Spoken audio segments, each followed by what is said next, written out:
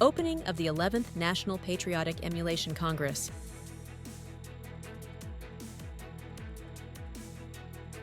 Zelensky to visit U.S., set to make major decisions on conflict.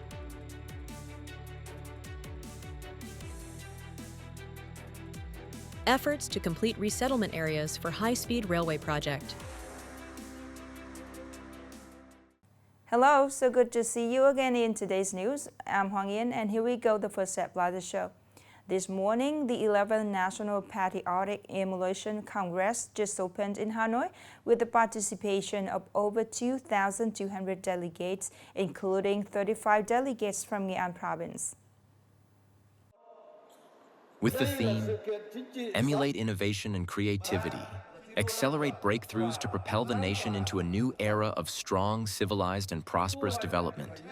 The 11th National Patriotic Emulation Congress is a particularly important socio-political event of the country. It aims to summarize the patriotic emulation movement and reward efforts for the 2021-2025 period, while launching the patriotic emulation movement for 2026-2030. At the same time, it honors and commends outstanding collectives and individuals, heroes, emulation fighters, and advanced examples.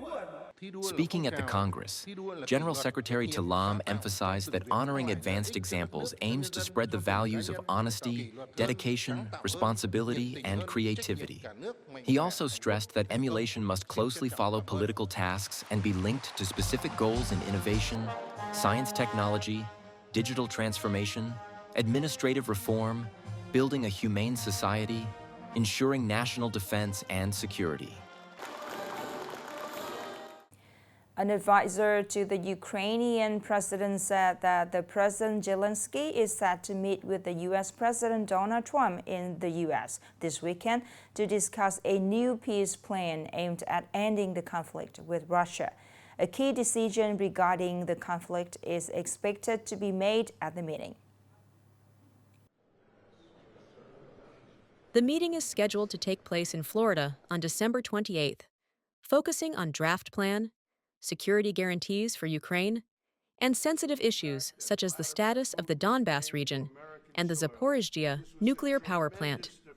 The meeting follows preliminary agreement between Kyiv and Washington on a 20-point peace plan that addresses post-conflict territorial arrangements, security commitments, and Ukraine's reconstruction. Although disagreements remain regarding territory and the management rights of Zaporizhzhia, Kyiv stated it has made several concessions, including a potential ceasefire along the front lines and a guarantee that NATO membership goals will not be compromised. The Kremlin confirmed that Russia has had contact with the U.S., but has not yet released its stance on Ukraine's new peace draft. China has announced sanctions on 20 U.S. defense companies and 10 business leaders in retaliation for a large arms deal between Washington and Taiwan last week.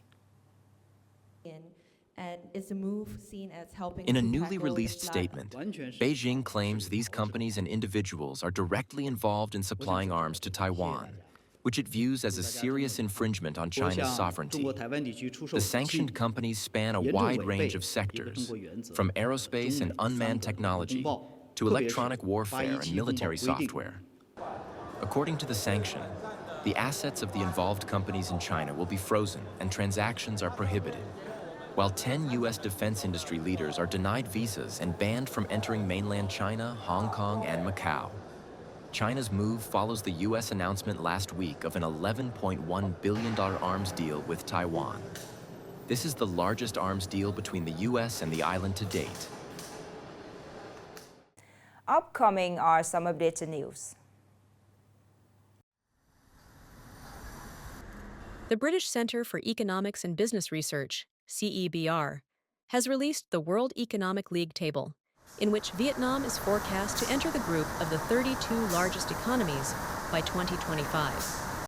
The report shows that Vietnam's economy will increase from $346 billion in 2020 to $510 billion in 2025, moving up 5 places to 32nd on the global rankings. CEBR forecasts that in the 2026 to 2030 period, Vietnam's GDP will grow at an average of 5.5% per year. In the long term, the growth will maintain around 5.3% per year, bringing Vietnam's GDP to around $1.4 trillion by 2040, ranking 27th worldwide.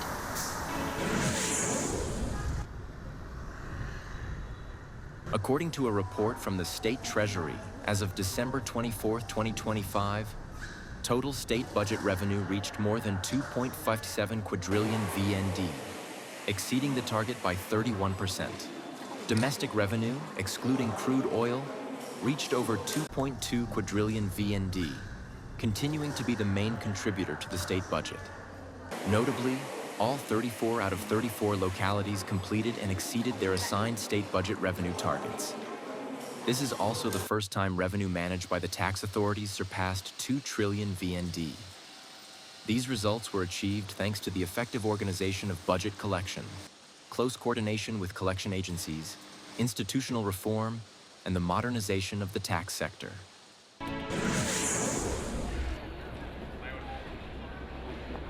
To meet the high travel demand for the 2026 New Year holiday, Vietnam Airlines will add nearly 270 domestic flights, providing 45,000 additional seats from January 1st to 4th, 2026.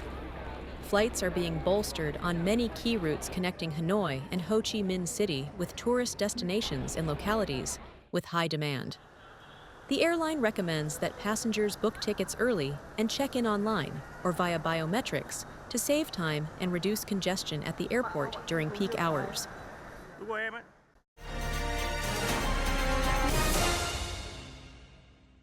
The North-South High-Speed Railway project is expected to pass through 18 districts and communes in Nghệ An province. Nearly 1,800 households will need to be resettled, and an estimated 41 resettlement areas are to be constructed, with a total investment of around 1.45 trillion VND. In order to complete the resettlement sites by July 2026, the Provincial People's Committee has issued a series of directives urging progress and setting specific timelines from administrative procedure to investment and construction also. More in the story today.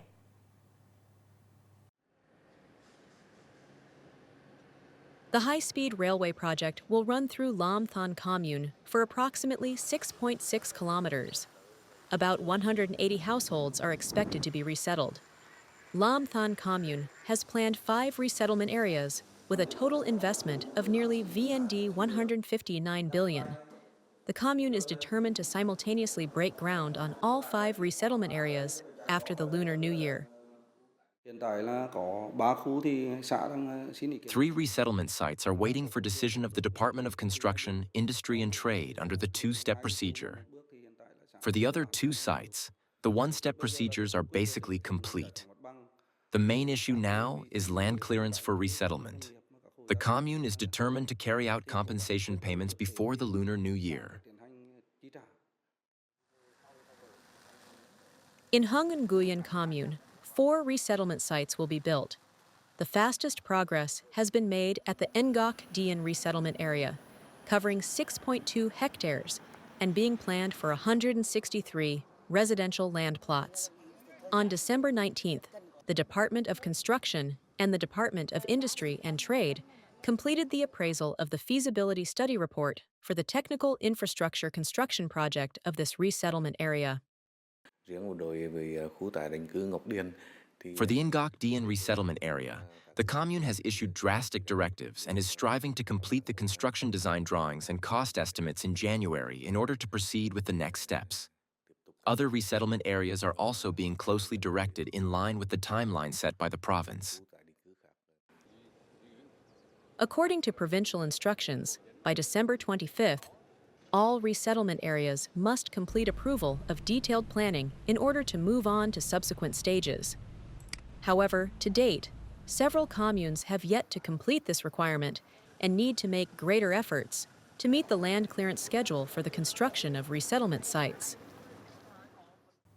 The last story to send it our news today. Thank you so much for your attention. Goodbye for now.